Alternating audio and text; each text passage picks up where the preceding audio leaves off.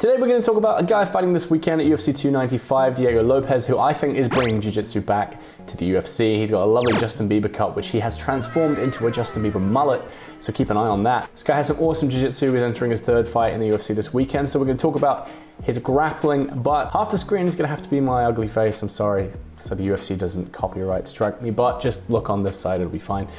For his debut in the UFC, they were like, yo, how about we give you a top 10 undefeated future champion, Movsar Evloev, very scary, very Russian.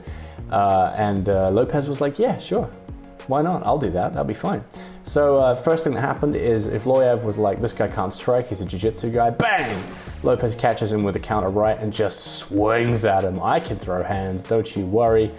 So Evloev's like, fine, we're grappling now. And Lopes is like, all right, let's do some leg entanglements. He hits a nice knee reap here, almost turns it into a reverse calf slicer like Charles Oliveira used to do. But Evloev defends it really well, turns around, eventually does free his knee, but those leg entanglements do turn up again later. Lopes loves using this wrong side triangle as a control. It means that he can attack leg locks or arm bars, and Evloev can't use his power hand to strike because it's isolated.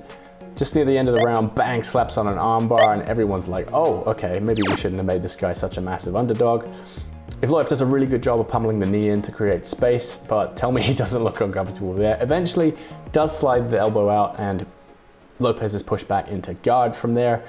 Ends up using like a K-guard to try and hunt for a knee bar position. Keep an eye on this guy's knee bars. He is scary with them. I love that he winds his legs around, looks for like lockdowns almost on the posting arms. Just everything looks uncomfortable with this guy. And right at the end of the round, slaps on a triangle and just throws elbows.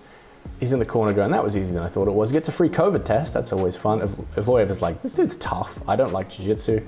Most of the rest of the fight was him getting beat up, so I'm going to ignore that. Here he hits some lovely Sakuraba style stuff from the Kimura, from like a rear body lock. This looks like it's not going to work, but he does end up sweeping, getting into a mounted, almost mounted triangle position while attacking the arm. Evloev is really slick as well, so he does manage to get out of it and get back to the wrestling. In the third round, Lopes hit that exact same Kimura stuff. Looked like this screwed up again and he ended up mounted, but he goes around the world with it and isolates the arm and almost goes for like a Choi bar, which would have been really slick, but uses it once again to attack a knee bar. The double attack is so good here, and this is how it ends. He knows he's gonna lose the fight because he got beat up for most of it, but he's like, bro, I'm taking your knee with me. You can have the win, I'll have your knee. Originally, Evloev was like, I'm not that bothered by this, but you can see right here his face changes. He's like, oh shit, this might go wrong for me. Eventually time does run out. He does lose this one, Diego Lopes, but everyone in the crowd was cheering for him and they actually booed Evloev. So when he next came out at UFC Nashville, the crowd was already in his corner for his second UFC fight. These guys are loving it. Lovely mullets and mustaches in the crowd.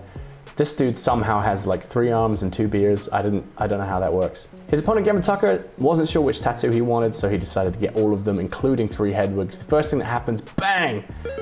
Delayed reaction, lovely little kick right to the ghoulies. Ooh, you see it in slow motion. Boom, all cup, all ball.